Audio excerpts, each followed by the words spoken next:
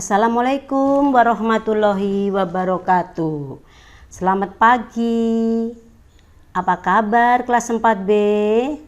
Alhamdulillah, luar biasa ya, kalian sehat semua. Baik anak-anak, kita berjumpa lagi pada hari ini, yaitu hari Senin tanggal 12 Oktober 2020. Tentu kalian sudah siap dong belajar ya. Nah, minggu kemarin kalian sudah melaksanakan tugas kalian, yaitu melaksanakan PTS kan, dan hasilnya alhamdulillah semuanya bagus ya anak-anak ya.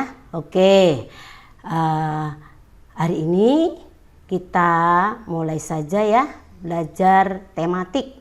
Tematik kita yaitu sekarang tematik 4C ya. Kalian persiapkan bukunya dan juga buku tulisnya serta alat-alat tulisnya ya. Ya. Oke, kita mulai saja ya. Jadi tematik 4C yaitu peduli terhadap makhluk hidup. Ya, kita belajar di subtema 1 pembelajaran 1 dan 2. Ya. Apakah keluargamu mengonsumsi nasi sebagai makanan pokok? Tahukah kamu persebaran tanaman padi di Indonesia? Nah, mari kita cari tahu ya. Kita cari tahu, kamu buka buku kamu pada pembelajaran pertama. Ya, kalian bisa baca buku cetak kamu yaitu pada halaman 31. Kalian buka buku kalian halaman 31. Di situ ada bacaan yaitu padi. Padi. Nasi adalah makanan pokok sebagian besar penduduk dunia, termasuk penduduk Indonesia. Nasi merupakan olahan beras yang berasal dari tanaman padi. Tanaman padi dapat ditanam di wilayah beriklim tropis, memiliki tanah yang subur dan air yang cukup. Indonesia merupakan negara penghasil beras terbesar ketiga di dunia.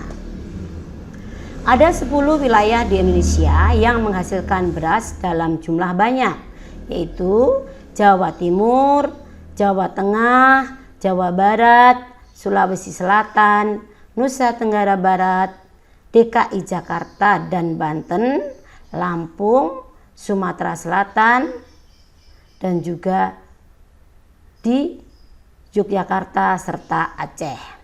Rata-rata konsumsi beras setiap orang per tahun adalah 140 kg. Namun, Indonesia masih mengimpor beras untuk memenuhi kebutuhan pangan. Hal tersebut disebabkan oleh jumlah populasi yang semakin meningkat setiap tahun. Nah, itulah bacaannya ya. Oke, kita lanjutkan. Nah, langkah-langkah membuat pertanyaan. Jadi setelah kalian membaca, kamu bisa membuat pertanyaan. Apa langkah-langkahnya? Yaitu pertama, memahami isi bacaan pada teks. Lalu kalian buat daftar pertanyaan yang akan kamu tanyakan. Itulah langkah-langkah membuat pertanyaan. Oke, kita lanjutkan. Mendiskusikan tahapan pertumbuhan tanaman padi. Tahap pertama yaitu benih. Benih itu apa? Benih itu adalah biji padi yang sudah tua. Jadi pertama benihnya dulu. Benihnya tentunya yang bagus, yang tua ya. Nah, itu tahap pertama. Kita pilih biji yang bagus. Lalu tahap kedua yaitu kecambah. Jadi biji tadi berubah menjadi kecambah. Ditaruh di dalam karung ya, lalu nanti akan mengeluarkan kecambah. Jadi tahap kedua adalah kecambah. Kecambah akan muncul ke permukaan. Tahap ketiga yaitu bunga. Bunga tersebut akan tumbuh menjadi biji padi. Biji padi lalu mengeras, lalu menguning, ya, sehingga menjadi biji padi yang sudah siap dipanen. Ini dari menanam sampai panen itu memerlukan waktu sekitar 110 hari sampai 140 hari atau 3 bulan. Oke, kita lanjutkan. Ya. Mengidentifikasi keadaan geografis di Indonesia. Ya, kamu perhatikan gambar berikut ini. Ada dataran rendah, ada dataran tinggi, dan juga pantai. Nah, tentunya sebutkan perbedaan sumber daya alam yang ada, yang tampak pada gambar tersebut. Tentunya berbeda-beda sumber daya alam dataran rendah, dataran tinggi, maupun pantai. Ya, pertama, dataran rendah. Dataran rendah adalah permukaan bumi dengan ketinggian antara 0 sampai 200 meter di atas permukaan laut. Nah, ini disebut dataran rendah. Seperti DKI itu dataran rendah, maka sering banjir. Lahan pada dataran rendah dimanfaatkan untuk berbagai keperluan seperti pertanian, perkebunan, peternakan, perumahan, dan industri. Lalu hasil pertanian di dataran rendah. Padi. Nah, pertanian padi itu termasuk contoh pemanfaatan dataran rendah. Karena padi itu memerlukan air. Harus mendapatkan air. Dari mana airnya? Dari irigasi. Dari sungai dialirkan ke sawah-sawah atau juga air hujan, ya. Lalu B yaitu tebu, tanaman tebu. Nah, tanaman tebu ini dimanfaatkan untuk membuat gula pasir. Oke, kita lanjutkan yaitu tanaman kelapa sawit. Nah, dimanfaatkan untuk membuat minyak goreng, ya. Itu lalu hasil peternakan di dataran rendah. Contohnya misalnya kambing. Ada juga ikan lele, ya, yang semuanya dimanfaatkan untuk makanan manusia. Mata pencarian penduduk di dataran rendah. Nah, mata pencarian itu adalah pekerjaan, ya. Mata pencarian yang cocok di dataran rendah itu apa saja? Petani, 1 petani, 2 sebagai peternak, 3 sebagai pegawai, 4 sebagai perusahaan. Karena banyak industri-industri yang ada di dataran rendah. Lanjut yaitu kedua yaitu dataran tinggi. Dataran tinggi adalah permukaan bumi yang ketinggiannya lebih dari 500 meter di atas permukaan air laut. Ya, guru ulang. Jadi dataran tinggi adalah permukaan bumi yang ketinggiannya lebih dari 500 meter di atas permukaan air laut. Nah, dataran tinggi itu sangat cocok dimanfaatkan sebagai 1. Lahan perkebunan, 2. Sebagai peternakan, 3. Sebagai tempat rekreasi. Ya. Ini penduduk dataran tinggi. itu biasanya memiliki mata pencahariannya sebagai petani dan peternak, petani buah, petani sayur, dan lain-lain.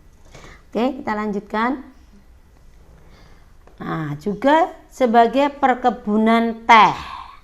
Nah, perkebunan teh itu banyak terdapat di dataran tinggi karena suhunya cocok untuk pertumbuhan teh. Nah, ini gambarnya. Oke, kita lanjutkan, yaitu ketiga adalah pantai. Pantai adalah daratan yang berbatasan langsung dengan laut. Nih, ini pantai ya. Pantai, ini laut. Nah, ini adalah apa pantai? Pantai adalah daratan yang berbatasan langsung dengan laut. Ya. Daerah pantai umumnya landai dan berpasir, maka banyak dimanfaatkan untuk rekreasi. Oke, kita lanjutkan. Beberapa macam pemanfaatan pantai. Ya, pertama, tahu A, yaitu sebagai budidaya ikan laut, udang, cumi-cumi, dan rumput laut. B, sebagai pertanian garam. Nah, garam yang kita pakai setiap hari di dapur itu berasal dari laut, air laut ya. Lalu lanjutnya C, pantai juga dimanfaatkan sebagai pelabuhan. Tempat apa anak-anak? Pelabuhan, tempat berhentinya kapal laut. Ya. Mata pencarian penduduk di daerah pantai. Nah, mata pencariannya rata-rata satu sebagai nelayan. Ya, pekerjaannya sebagai nelayan, mencari ikan. Kedua sebagai peternak ikan. Tiga sebagai petani kelapa, karena di pantai itu banyak menghasilkan kelapa. Empat yaitu petani garam.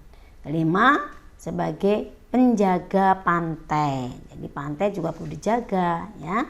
Nah, ini mata pencarian penduduk di dataran pantai, di daerah pantai ya. Satu nelayan, dua peternak ikan, tiga petani kelapa, empat petani garam, dan 5 sebagai penjaga pantai.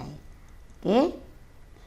Kita masuk ke pembelajaran 2. Ya, pembelajaran 2. Bagaimana seharusnya sikap kita untuk menghargai jerih payah petani yang menanam padi?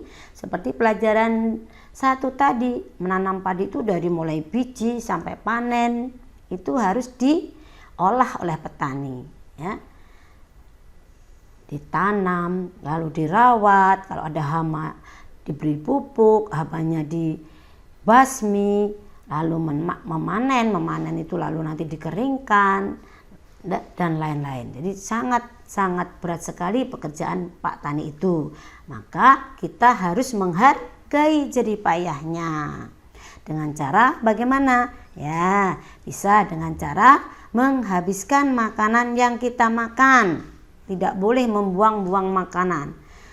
Ambilnya banyak, makannya sedikit, akhirnya dibuang. Nah, itu salah satu tidak menghargai jerih payah Pak Tani.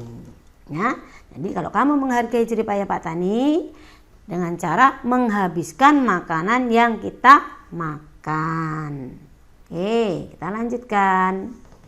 Nah, sekarang menjelaskan hak dan kewajiban terhadap sumber daya alam. Nah, kita mempunyai hak untuk menikmati hasil sumber daya alam. Itu salah satunya dengan cara memakannya. Nah, seperti pertama tadi padi, ya.